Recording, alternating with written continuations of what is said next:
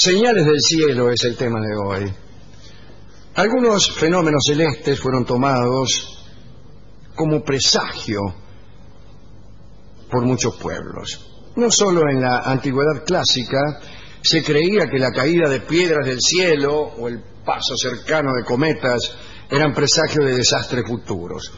También esto sucedía entre los indios antes de la conquista española. Cuentan que en el Perú los adivinos, muy poco antes de llegar los españoles, habían pronosticado a Huayna Cápac que el supremo hacedor acechaba el imperio. Los adivinos habían visto unos cometas que, según creían, señalaban el fin del mundo. Otro que creía en estas señales era el cacique guaraní Oberá. Se decía él mismo hijo del cielo y manifestaba haber sido concebido sin intervención de varón. En 1577 apareció un cometa y Oberá dijo a sus hombres que él había ordenado esa aparición. Todos le creyeron.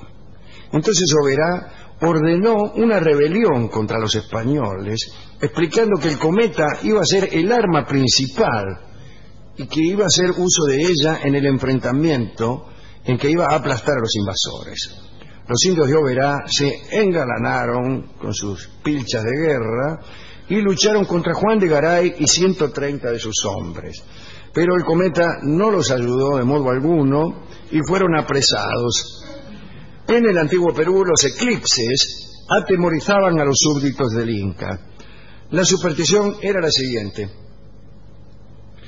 durante el momento en que se tapaba la luna o el sol, podía morir el mundo. Era un momento de peligro, de enorme peligro. Entonces, cuando había un eclipse, espantaban a los perros para que aullaran. Asustaban a los perros para que aullaran, no para que ladraran, porque ha de saberse que los perros anteriores a la aparición de los europeos no tenían por costumbre el ladrido. Los perros de la América precolombina solo aullaban.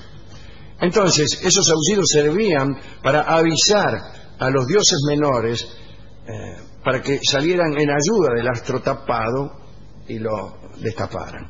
Imagínense, como todo eclipse es efímero, dura un rato nada más, claro, uno tenía razones para tomar el procedimiento como certero. Eclipse, usted, los perros empiezan a ahogar, termina el eclipse. Bueno, salió bien. Vamos a avanzar algunos siglos hasta comienzos del siglo XIX, es decir, ya en tiempos casi presentes. Esto sucedió en Francia y tiene que ver también con señales del cielo. En París vivía un físico muy famoso, Joseph de Gay-Lussac. Este hombre había nacido en 1778, era químico y físico, famoso por su estudio de los gases, si me permiten la expresión, en esta pequeña sala. Sí. Indagó también, junto con nuestro amigo von Humboldt, nada menos que en la composición del agua, y dieron con la fórmula H2O, que ya conocemos todos. Entonces, cuando tenemos sed y no hay agua, podemos tranquilamente buscar dos átomos de hidrógeno y juntarlos con oxígeno hasta conseguir un vaso de agua. Sí, bueno, después de todo, usted sabe que el hidrógeno es la sustancia más abundante del universo. El universo es hidrógeno y un poquitito más. Si no fuera por ese poquitito más, seríamos la parte interna de un globo. Bueno, pero más allá de estas investigaciones, Gay-Lussac, hay una calle que se llama Gay-Lussac en París que sale desde el Luxemburgo hasta el Panteón. Y justo donde sale hay uno que vende unos sándwiches de mortadela. ¿En serio? Hay un tipo que vende unos sándwiches de mortadela fantástico. Media gruesita cortada la mortadela. Ah, los mejores sándwiches de mortadela, porque yo me los comía que no teníamos plata en París. Por eso le parecían ricos también. Claro, comíamos una vez por día nada más y comprábamos sándwiches de mortadela y lo teníamos en la mano esperando. Nos sentábamos en el Parque de Luxemburgo, que era enfrente, y esperábamos con el sándwich, espera 15 minutos más, porque vas avanzando en el día. Después le dábamos a sándwich de mortadela, que era lo más barato y que más llenaba. Claro. En todo París. Y muchos años después, ya próspero, o más o menos tampoco. 2 sándwiches de Ya en mortadela, condiciones de claro. comprar sándwich de mortadela a cualquier hora. Regresó. Fuimos con mis hijos y pasamos que no estaba en aquel momento, yo era muy joven. Y habiéndole yo contado este episodio, ¿Estaba el tipo? estaba el negocio y compramos unos sándwiches de mortadela y los comimos ceremonialmente en el Parque de Luxemburgo. Extraordinaria historia. Bueno, la calle que empieza ahí se llama Gay-Lussac, como este tipo que, además de estas investigaciones, estaba interesado en volar. Quería volar el tipo, pero volar no por volar. Ya en ese entonces, algunos como Montgolfier habían construido globos. El tipo quería subirse a un globo, como este cura brasilero, porque calculaba que desde las alturas podía estudiar la composición del aire en distintas alturas, ver el magnetismo terrestre, etc. No estaba mal. Y fabricó uno de los primeros globos aerostáticos. Su proyecto fue muy discutido. Los comerciantes, algunos diarios, le decían de todo.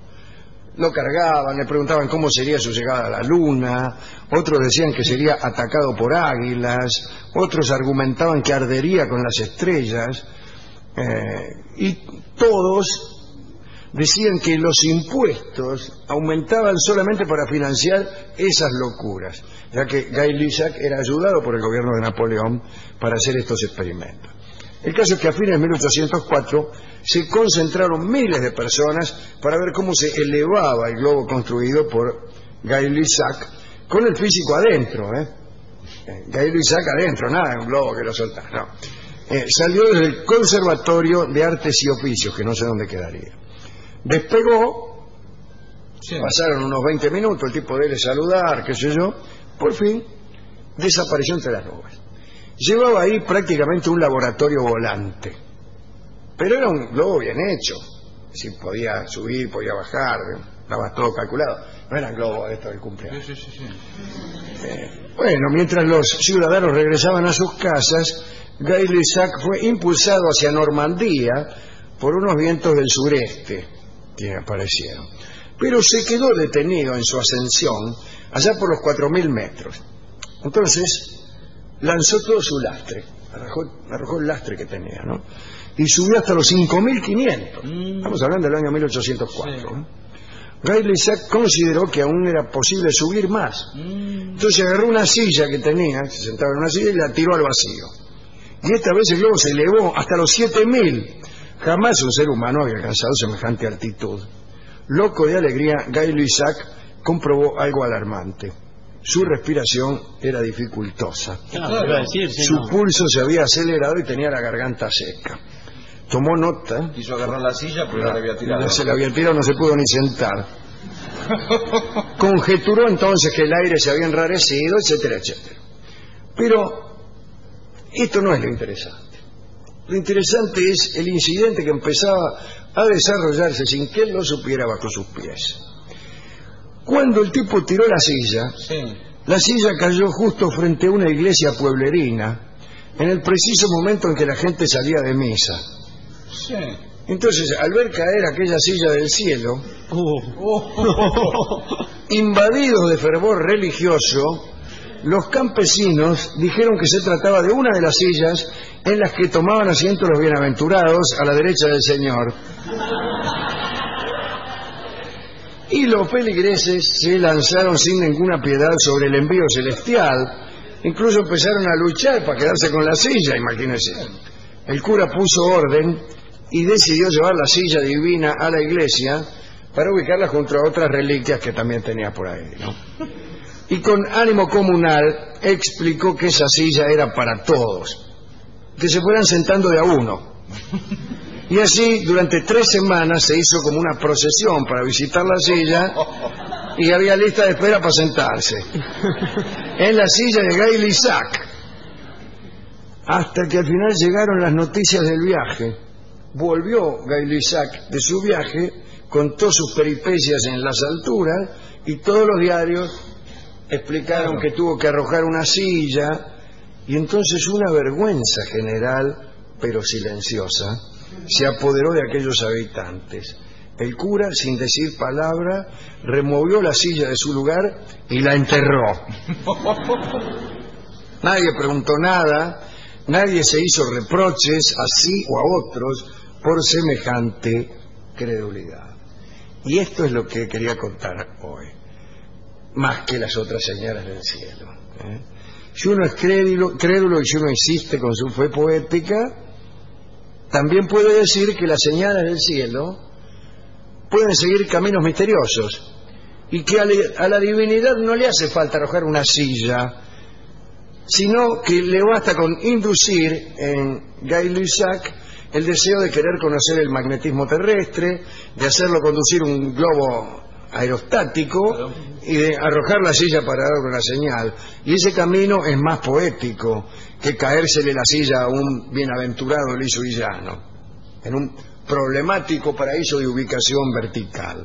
Yo creo que sí, esta era una señal del cielo, pero no venía de arriba, venía del alma de Gay-Lussac, del dinero napoleónico, qué sé yo. Así que dedicamos esta historia ¿a quién? No sé. A los perros, aquellos perros que no ladraban, aquellos benditos perros que no ladraban, contrariamente a los centenares de miles que hay en mi cuadra. Es decir que eso no está genéticamente la idea de ladrar, es algo cultural dentro del mundo. Parece que es algo cultural. Debe ser desde que es mascota, desde que se lo domesticó el perro. Por ¿no? ahí los perros americanos no eran domésticos, eran más montaraces, ¿no? Cuando el perro se domestica y trata de hablar, empieza, cuando alguien trata de hablar todo el día es muy malo eso.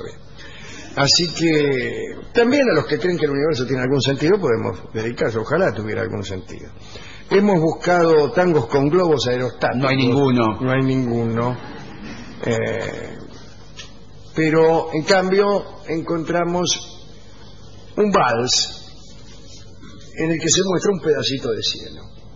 Y se llama justamente Pedacito de Cielo. Escucharemos la versión de nuestro amigo Horacio Molina.